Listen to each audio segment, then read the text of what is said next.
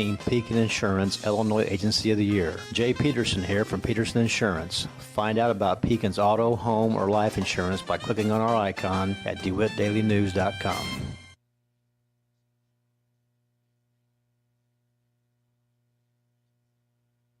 Your friend in Central Illinois, WHOW.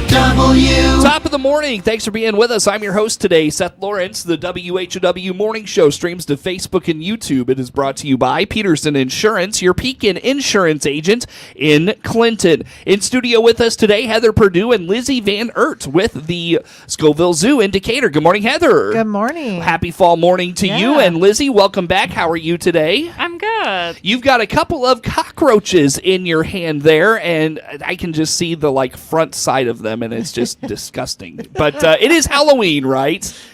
You're offended. I'm sorry. I am personally offended. I am sorry. You love the hissing cockroach. Why is that? I do. I mean, I love all insects and invertebrates in general. I think they get a bad rap for some reason, but the hissing cockroaches are really unique, and they're from a really amazing place. It's right in the name, Madagascar. And so, at the zoo we have lemurs, we've got a radiated tortoise, we have a little tenrec, which looks like a hedgehog, and all these animals are from this very special place called Madagascar. Mm-hmm. Sure. So the hissing cockroach, can you make it hiss? I don't know if that's a thing you could do or not. Ooh. Did you hear it? I did. So that's just a gentle touch. If these guys, don't get handled a lot for a little while, they're going to be a little more likely to hiss. So I'm kind of surprised he's hissing that much, just because these are education cockroaches, so they do get held pretty often. Yeah. So what does the hissing do? I mean, is it just kind of startle whatever is after it, or what's the purpose of the hiss? Yeah, it's really the only thing it can do as far as defense is try and startle whatever is bothering it, to maybe go away or rethink approaching it. Because it doesn't really have, it can't really bite you, it can't sting you, it doesn't have a lot of ways to defend itself other than, camouflage and the hiss. And the hiss is not coming from its mouth. It's coming from these little holes called spiracles down the sides of their abdomen. Wow. And, when they're kind of breathing, you can kind of see their abdomen, filling up and then going down. And then if they feel scared, they can just push the air out of those holes really quickly, and it sounds like a hiss. So completely, harmless, but yeah, sure. Interesting. Now you mentioned they're from Madagascar. What, I venture a guess, ground level soil, living type of a creature. Is that fair? Yeah, definitely, kind of scurrying around under vegetation or in the leaf litter. I mean, they'd be climbing up trees some, they do have little grippies, I call them, on their feet and on their legs. And so they hold on to us like we're holding on to them. Sure. And so they can climb. But yeah, they, would scavenge on dead vegetation, dead animals, just kind of whatever is on the forest floor. And they're really important to the ecosystem because, scavengers and decomposers, they help break down dead stuff. And so they're like the janitors of the ecosystem, and they help our planet look a lot cleaner and recycle nutrients. Yeah, you were telling me, and I was asking you this, cockroaches, can you tell a difference between a hissing cockroach and another cockroach that may look similar to it? What are the differences there? Yeah, I mean, these roaches get pretty large. What's unique about them is that they are wingless, and so that's why a lot of places use them for education, because there's no risk of them flying out of your hand. And so that's really nice. But there are, cockroaches that get even bigger than these ones, like the giant cave cockroaches, which are really, really cool. But they all have different looks, different shades of color. Like these ones, they have black and brown on them. Again, they're wingless, and then you can almost see the little round holes, round dots on the sides of their abdomen, and that's where their spiracles are, where they're going to be hissing from. Sure. And of course, the kind of tentacles at the front, that's for them to move around, right? That's kind of is that their eyes in a way? Yeah, their antenna. So they kind of navigate the world differently than lots of other animals. They don't have large eyes. They don't have visible ears. They don't have, a nose for sense of smell. And so they're going to navigate things much differently than us. So yeah, to be able to see where they're going, they're kind of reaching reaching out and feeling with those antennae. Mm-hmm. Yeah, sure. What is its biggest in terms of what do you call it? Like an animal that eats it, or would Predator? The predators. Thank you. Yes. What is its biggest predator? Oh, almost anything, since they are an insect. It could be birds, it could be spiders, it could be small mammals. It could be like the Madagascar tenrec that I was talking about earlier that looks like a little hedgehog. Anything that likes to eat insects would be going after these. Okay. Gotcha. So, in terms of its like conservation story, why is it such a great animal for the like mobile zoo and those things? I think it's because, we brought them today because they are kind of the creepy crawly for Halloween. But I think there is a lot of kind of fear or disgust or, different feelings towards insects. And some people, have those feelings towards spiders or snakes. It just kind of goes across the board with some of these animals that are a little less fuzzy and cute.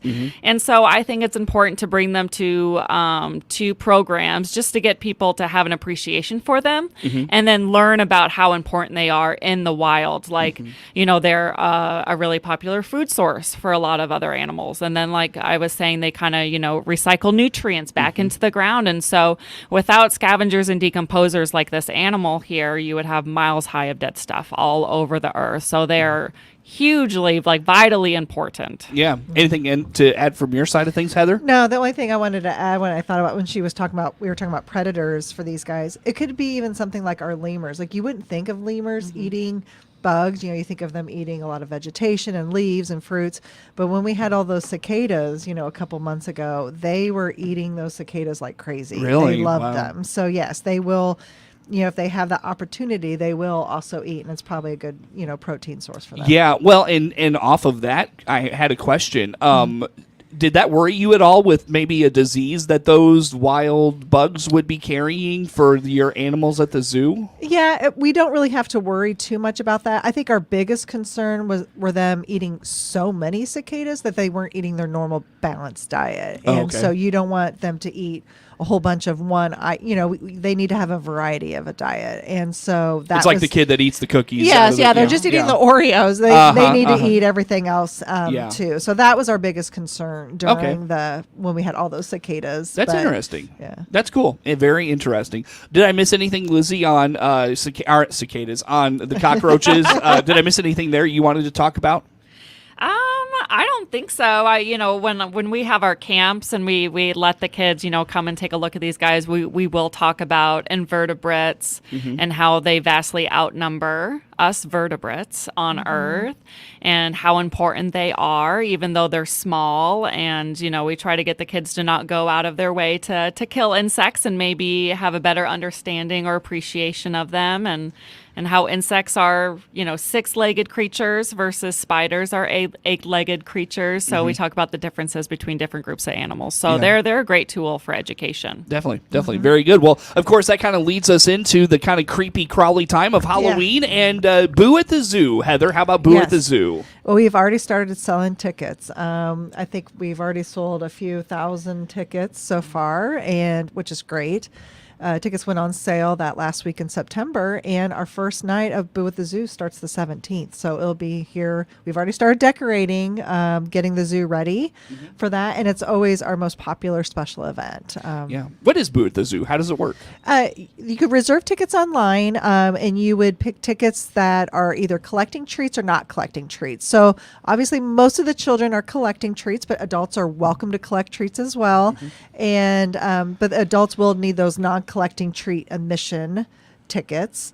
And we have 10 trick-or-treat stations throughout the zoo. And we will also be running our train and carousel, so you could purchase those tickets separately once you arrive. And it's just, we have all the decorations, we have lights. So depending on if you come during the day or in the evening hours, obviously lots of pumpkins. It's just a family fun event. We see, grandparents with their grandchildren and their sons and daughters. And then we have families with friends all coming together. And it is just a great way to spend, an hour or two at the zoo and do something that's very family friendly. So there's 2 times each day. Is that right? Well, we have it. So And the Thursdays and Fridays, it just goes from 5:30 to 8. Okay. So I think the last time you can purchase tickets is at 7:30 those evenings. And then on Saturdays, we are doing from 1 to 2 a sensory friendly hour. And then from 2 to 7:30, we will be doing just, the regular Boo at the Zoo times. And then Sundays, we open at 1. And then the last time that you can purchase tickets will be at 6:30, with it closing around 7 or 7:30. Yeah. So now with the ticketing process, I know like in the past, like you've reserved a time Yes. to come in. Is that how you're doing it this year? Yes. You still reserve a time, and as long as you come within that half hour, so maybe you purchase tickets at 5:30, you're welcome to come in between 5:30 and 6. And then you have as much time out in the zoo, however long it takes you to go through. So that's kind of sometimes confusing. Everyone thinks that, like, well, how long do we get? And, we don't monitor once you're in. It's really just to help us manage everyone coming in.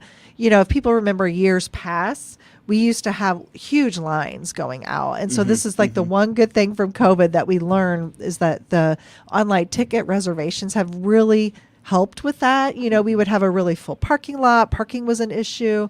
And then just the line just to get in. And this has really helped with that. Yeah, very good. Well said. And I'm glad you brought that up because that was one thing I was curious about was the times. Yeah. So with Boo at the Zoo, you mentioned the biggest event that you do, like non-ticket or the non-like regular. How did you phrase that?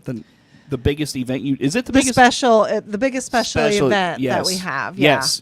So Boo at the Zoo, why is it so popular? What makes it something kids and families have to come back for? Well, and I think we've been doing it for so long, and I don't know what year we started doing Boo at the Zoo. For some of these parents bringing their kids, it may be very nostalgic. Maybe they remember going there as a kid and coming to Boo at the Zoo. And it's just, like I said, it's just a family-friendly thing. I know there's a lot of pumpkin patches, and obviously there's trunk or treats and trick-or-treating, but they feel like it's a safe place. If it's a beautiful day, we have the playground that some people stay, and, we'll play on that as well. And then we have a lot of different businesses and just families that will volunteer to help pass out candy during all those nights. So Lizzie's been kind of coordinating that as well. And it's just a family fun. We still have a lot of our animals out. So as long as it stays warm, a lot of our animals can still stay out. And then they can still see the animals on exhibit like they normally would just coming out to the zoo.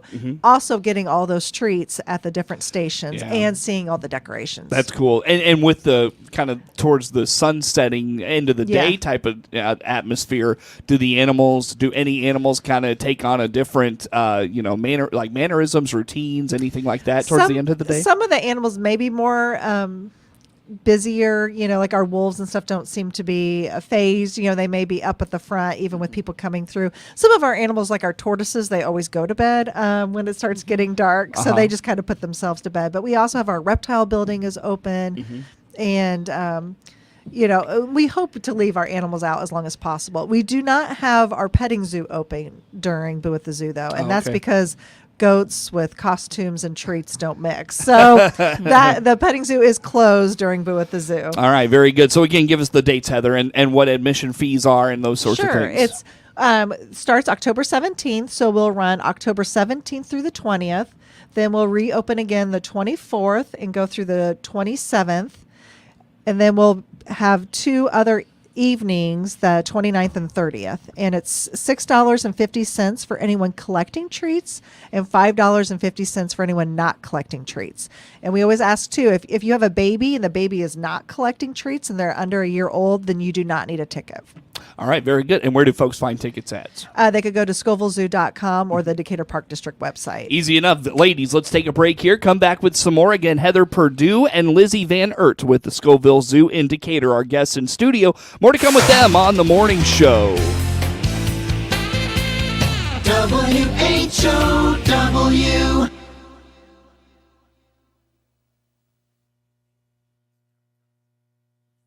Are you wanting to learn more about your health and wellness options in Central Illinois? Visit stealthwellness.com or click on my banner ad at DeWittDailyNews.com. Let me, Dr. Bill Byers, show you some simple, under-the-radar ways to improve and take control of your health. ConnectUs will provide local, reliable, affordable, and speed-of-light fiber internet to Clinton. Get on the install list now by clicking the ConnectUs icon at DeWittDailyNews.com. Fiber internet is coming to Clinton. Get on the install list now. This is Seth Lawrence, News and Program Director for WHOW and WEZC. We take pride in being Clinton and Central Illinois' local radio stations each and every day, 7 days a week. What does local news mean? Here's a sample. This year is the first year they have expanded that, so during the entire month of October, you will only be able to harvest bucks only with archery gear. Where's that traffic coming from? Where's it going once it's in DeWitt County, and how do we capitalize on that a little bit better? Am I treating everybody the same in DeWitt County? That's more important to me than cost savings. You hear the local people that make the news every day, 7 days a week on the big 1520 AM, 92.3 FM, and 106.5 FM WHOW, and on the station playing America's best music, 95.9 FM WEZC. Chip Flory here, the host of AgriTalk, the nation's longest-running agriculture talk show. I'm here to remind our listeners on Central Illinois' agriculture station, WHOW, that you can hear our show weekday mornings from 10 to 11 on WHOW's many platforms. On the big 1520 across Central Illinois, 92.3 FM in DeWitt County, and now on 106.5 FM in Logan County, and on the WHOW app. AgriTalk on WHOW. Your friend in Central Illinois, WHOW. Once again, a good morning. Thanks for being with us. I'm your host today, Seth Lawrence. The WHOW Morning Show streams to Facebook and YouTube. It is brought to you by Peterson Insurance, your Pekin insurance agent in Clinton. Again, my guest in studio today, Heather Purdeu and Lizzie Van Ert with the Scovill Zoo in Decatur. And Heather, of course, end of season coming up for the zoo. What are your dates like? What's coming up here for you? Well, the last day that we're open for our regular season is October 14th. So it's hard to believe that I was here at the beginning of the year, in April, and now we're already at the end of our season. So Columbus Day, I know a lot of kids are out of school that day, so we're hoping it will be beautiful weather and people can come out one last day to the zoo and enjoy the day there. But October 14th, and then we do have one more free admission Thursday, and that's going to be October 10th. All right, so put those on the calendar. October 14th, final day for the zoo, and then, of course, Boo at the Zoo after that. Right. You mentioned the Dementia-Friendly Monday. We have one more, October 7th, and those have been well attended all summer, depending on the weather. If it was really hot, maybe we had a little bit fewer attendees, but that's for anyone with dementia, and their caretakers are welcome to come out to the zoo between 1 and 3. And we always do a presentation around 2 o'clock in our education center, and we'll have people there from, CHELP kind of giving some additional information. It's kind of a way for maybe some of those caretakers to meet other caretakers and, kind of just talk with them and have somebody else to, kind of relate with, the care and stuff that they're providing. For sure. Yeah, good opportunity for just a relaxed atmosphere and that support. Yeah, and it's getting, everyone out. They love getting out. That was one thing during COVID is people had a hard time, if they were isolated inside. And so it's getting them outside and maybe talking with others and maybe they remember coming to the zoo or, they loved animals or plants. We have a lot of plants out there that people can appreciate. And it kind of provides a safe place for anyone, with all different interests to come out. Very good. So that, of course, comes up on Monday. We talked about Boo at the Zoo. I know, Lizzie, you're doing some kids programming. Tell us about that. Yeah, so the second Tuesday of every month, and this is year-round, I have Zoo Buddies class, and that's for 3 to 5-year-olds. So, it could be a parent bringing their child or a grandparent bringing their grandchild to the class, and each month we cover a different animal species. And so this month for October, it's curvy camels. And so we'll talk about our amazing Bactrian camels. We do a craft. We, just talk about the animal for a while. If there's any biofacts for us to bring, we will show the kids that. So for the camels, it would be, fur from our camels so they can feel it and see, is it soft? Is it coarse?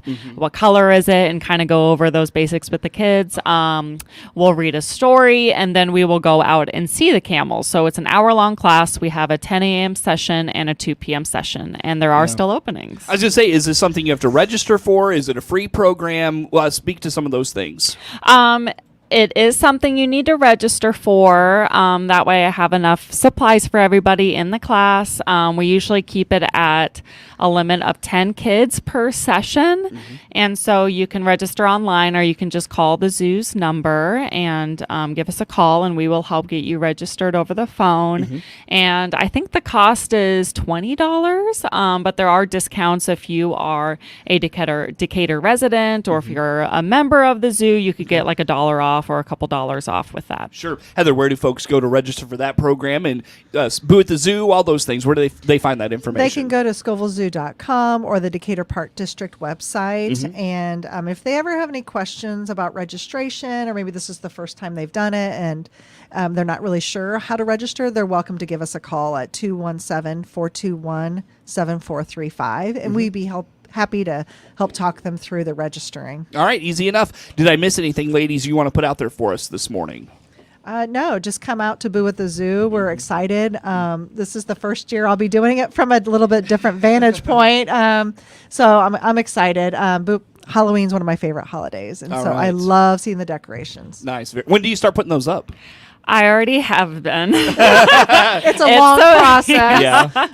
There's, we kind of have the usual decorations that people like to come out and see, but every year we do get some new decorations. So you need to come out and see what new stuff is out this year. All right, very good. And again, Heather, just contact information where folks go to learn about all things Scovill Zoo. Scovillzoo.com or the Decatur Park District website, and check out our Facebook page. We try to update that routinely. Very good. Ladies, thanks for coming out this morning. Good to see you as always. Again, Heather Purdeu, Lizzie Van Ert with the Scovill Zoo in Decatur. The morning show streams to Facebook and YouTube. It's brought to you by Peterson Insurance, your Pekin insurance agent in Clinton. Network news on the way on the morning show. WHOW.